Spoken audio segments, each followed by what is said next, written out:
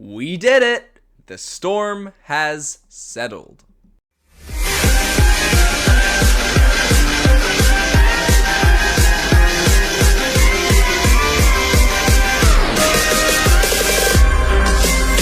Hello, my fellow FNAF fans.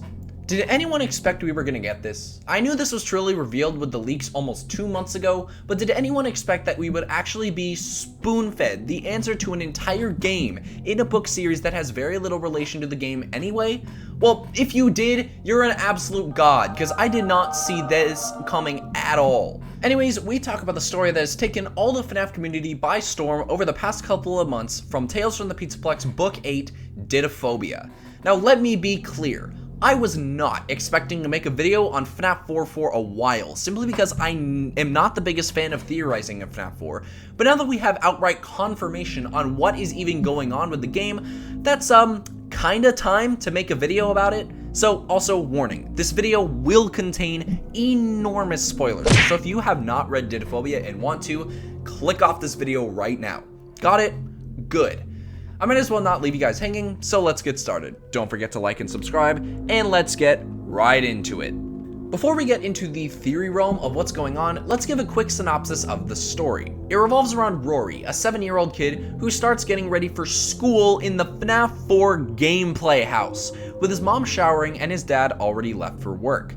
Soon after eating breakfast, he picks up his backpack and starts looking for his door. And looking, to the point where he goes in circles, looking for the exit of his house and can't find it. Why? Because it does not exist. Fast forward after a really long time and Rory looks out into the window and sees darkness. Realizing this, he needs to get into bed, and so he does. And during the night, he has simulations of him experiencing the FNAF 4 nightmare animatronics coming directly to his bed. This happens over and over and over, hence the name Dittophobia for 10 years. Him not realizing this all this time that he has been trapped. But why, you might ask? More on that later. After this repeats 3 times in the story, Rory then wakes up one morning after realizing he hasn't had, quote, nightmares. However, after this happens, he wakes up with him extremely tall, voice extremely low, and extremely skinny. He isn't 7 years old anymore, he's 17. He also finds out that his room is incredibly disgusting and dirty. Rory is extremely confused as he can't find his mother or father.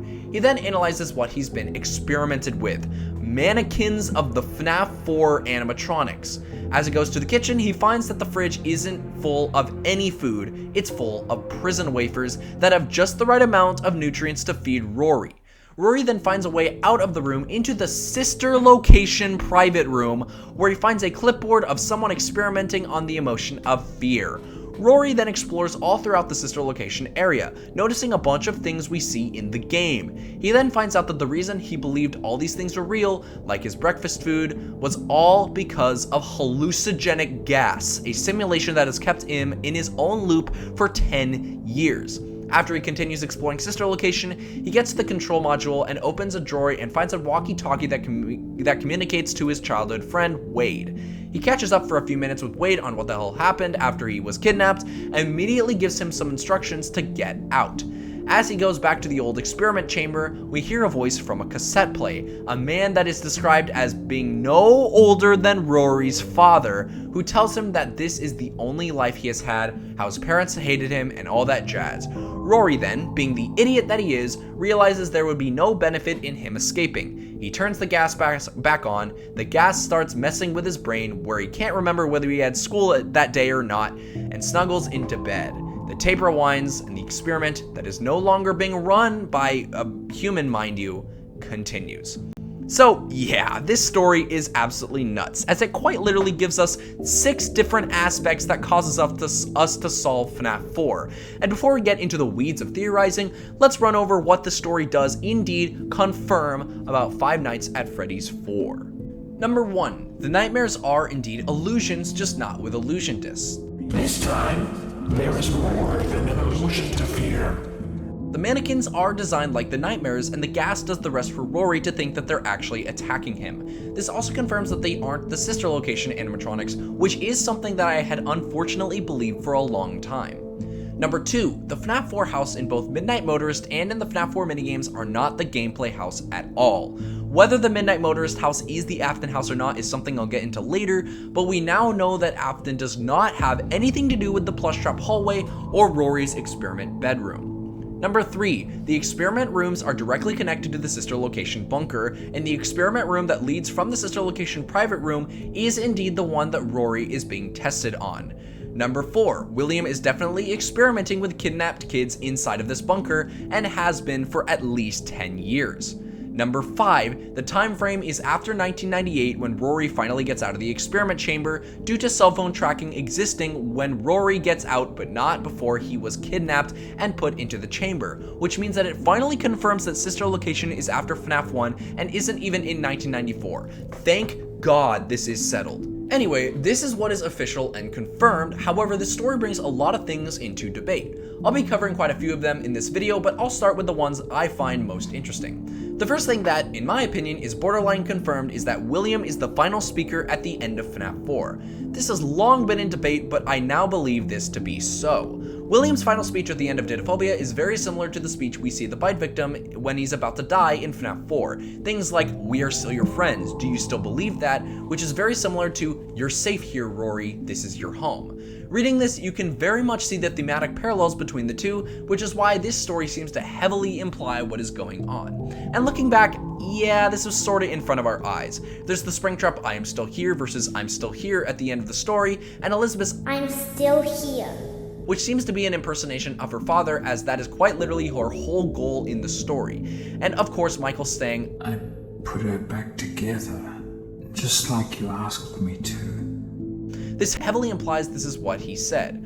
While you could still technically make the case for Charlie being the final speaker, the story really doesn't seem to be going in that direction at all. Second interesting theory revolves around Rory's childhood friend, Wade. This can go two directions for what it's telling us about FNAF 4. Either Charlie is indeed the Fredbear plush through night 1 to 5, or Wade is actually William tricking Rory into going back to the FNAF 4 room. I've heard both sides of the debate, but since I've read the story myself, I can safely assume, at least for me, that Wade is actually real and not William. In fact, I actually think that the story seems to heavily suggest that Charlie is Plush Bear night 1 to 5, and William is night 6. It technically could imply BV first, however, I wouldn't cross into that realm just yet. In my current opinion, if the puppet is able to speak through different objects, especially if ghosts can haunt objects and speak through them, Charlie could very easily have found a way to communicate with the bite victim through the Fredbear plush, constantly saying things like, "He knows you hate it here," or "Don't you remember what he saw," to protect the bite victim from going that path. I will also argue that the implications for Will Plush regarding FNAF World are interesting, to say the least, but that's a theory for another day. Next is a theory that has big implications, but frankly, I don't know if I believe it or not. The FNAF 4 minigames are indeed the bite victim inside of an experiment chamber. The bite victim, or the bite of 83, would be a death within the chamber, Mike would be simulated as he likely would not have been so vicious for the bite, and the blackness of the room as the bite victim dies would represent William's experiment coming to his conclusion.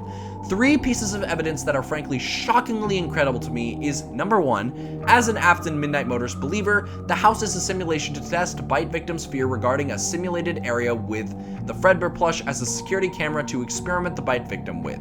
Number 2, in the movie synopsis, we learn that Mike is haunted by the disappearance of his brother. Even though I still believe that they're Aftons and William left the family when Garrett was born, we also see blood on the chin of Golden Freddy, meaning that the suit itself may very well have been used in the experiment chamber itself. Honestly, these two things make me 50-50 on whether the bite of 83 will happen in the movie or not, but that's for a video coming later this week. And lastly, number 3, we see a pathway that leads to the FNAF 4 layout in the breaker room. While this is evidence for Freddy Fazbear's Pizzeria Simulator being Fredbear's, it is also possible that this is an experiment chamber meant to torture the bite victim, especially since it's divided into sectors and places the house right next to Fredbear's Family Diner. There is no power going into this place in the sister location blueprints also, which makes me believe that this experiment is no longer being used.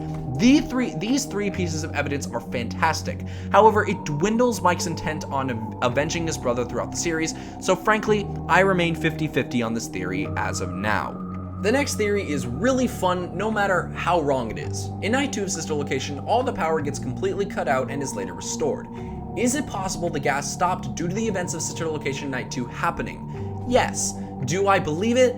Absolutely not. Next is, oh boy, I want to get over this one quickly. Rory victim, the theory that Rory is the bite victim and is the protagonist of FNAF 4. I'm gonna quickly go over why this theory is absolute trash. The supposed evidence of this is how Rory's ability to think inside the chamber is easily influenced by the gas, hence why Rory continuously goes around in circles. This seems to suggest this was also in the aftermath of the bite and the effect on his brain. He's also experiencing the nightmares and stuff, so yeah, like pretty self-explanatory. And that's basically it. Now let me tell you why this is blatantly false. When Rory's talking to Wade, Wade specifically mentions that cell phone tracking simply did not exist when Rory was kidnapped, however it exists now. This automatically puts Rory's kidnap after FNAF 1. Rory is 17 by the events of Dittophobia and is 7 when he was kidnapped. This means that the bite victim would have to be 7 at least in 1986, assuming that cell phone tracking existed the exact year when Rory escaped from the testing chamber, which is completely ridiculous. Sorry, just no, we're moving on. Before I get into the elephant in the room, I'd first like to address a little something regarding Rory's escape. In sister location, Hand Unit says this. So, funny story, a dead body was found in this vent once.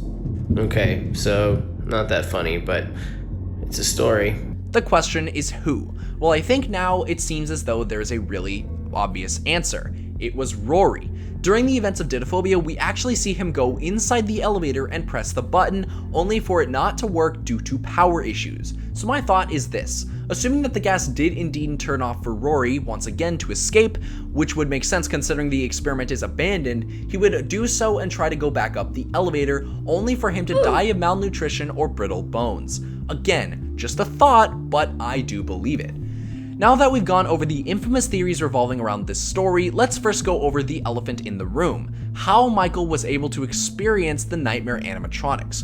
We do know that he experiences them due to the logbook, and since I'd argue that my victim is essentially debunked, let's see what's up with Michael revolving the current evidence we have. One of the huge things pointed out in the aftermath of Dittophobia's release is that there is no existence of Nightmare Fredbear, Nightmare, or Plushtrap. While Plushtrap is an easy case to solve considering that the sister location blueprints show that the FNAF 4 gameplay house is not the only experiment chamber and that Plushtrap hallway is completely separate, but Nightmare and Nightmare Fredbear, those are simply cases we cannot ignore. The exclusion of Nightmare Fredbear and Nightmare are really interesting in my opinion, as in the actual FNAF 4 gameplay, all the other animatronics completely disappear.